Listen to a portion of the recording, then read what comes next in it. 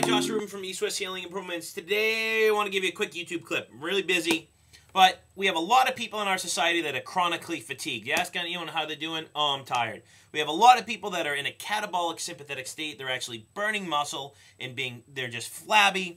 We have people going into the gyms and doing aerobic training after aerobic training on the treadmills, in the spinning bikes, you name it. We have people that are being treated for some sort of adrenal fatigue. We just have people that are in a sympathetic catabolic state. Well, I got news for you. You can still work out. Now, of course, it depends on the person, how much, what's going on with them. But my usual rule of thumb with people is they can still work out as long as I design the program for them. Now, if they're in a severe catabolic state, what I usually have them do is work out for 15 minutes every other day to push them more anabolic. They'll get more of a growth hormone testosterone surge and not so much of a cortisol catabolic breakdown surge, which is actually going to push them more sympathetic or stressed. And then what I'll do is usually over time add 5 minutes.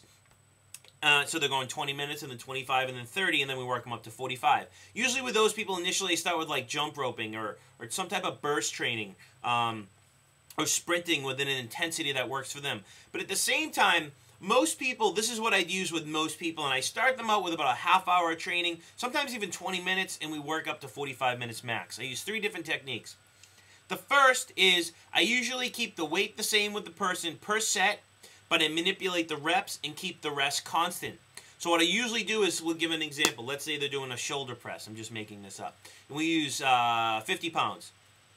The first set they use 50 pounds, we do maybe 12 reps. The second set, they do 50 pounds, then we do maybe 11 reps. And they do 50 pounds, 10, 50 pounds, 9 reps. And we keep the rest always between 2 to 3 minutes to make sure they get enough rest to keep the testosterone up at a homeostatic level. So you can manipulate the reps and keep the rest in the tempo, the rest in the weight the same. That's one way of doing it, giving them adequate rest. Same thing, keeping it more anaerobic. That's the key when you're training people and you're trying to get more of a growth hormone response. You want to keep everything anaerobic. So basically, your major premise is keeping their sets anywhere between 20 to 60 seconds total time and attention, or total work per set. Anything longer is going to push them anaerobic or catabolic and break things down. Another system that I use is actually keeping the reps the same, keeping the rest the same, and then manipulating the weight. So let's say we start with 50 pounds and we do 10 reps, and we take a 2-minute rest. And then we do 45 pounds, and we do same reps, 10 reps, same rest, 2-minute rest. Then we go 45 pounds, 10 reps, same rest. Then we go 40 pounds, 10 reps, same rest. Then we go 35 pounds, same reps, same rest. So now we're manipulating the actual weight and not the reps. So you always keeping the rest the same. That's super important with these people to make sure they can actually get enough rest anaerobically.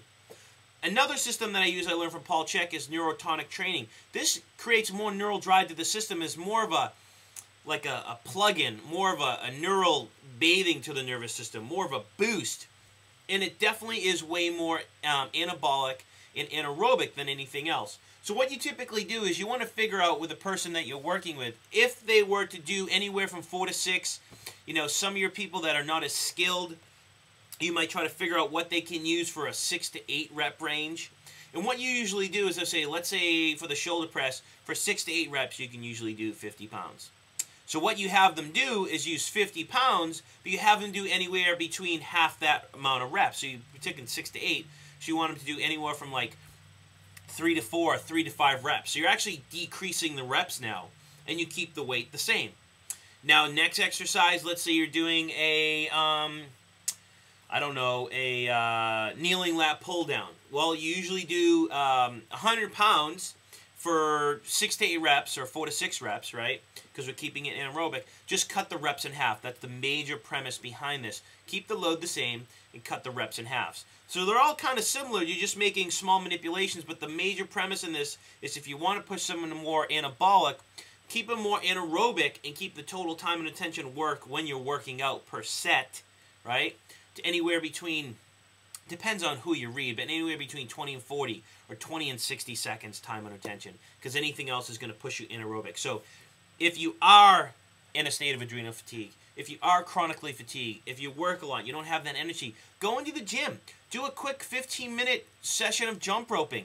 You know, do a minute on, minute off. Who cares? Maybe do some interval training on a step mill for 15 minutes to push you more anabolic. You could, if you're not in pain, you could do burst training on a treadmill and do sprints.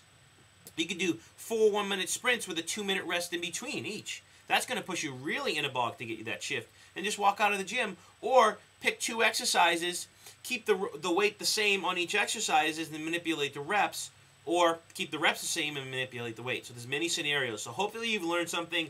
You can work out. So anyone that tells you can't work out, don't listen to them.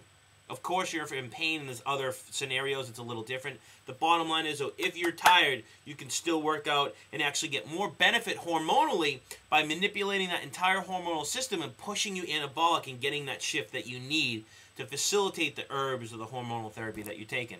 So thanks for tuning in. I'll get another one out to you by the end of the week. Check you later.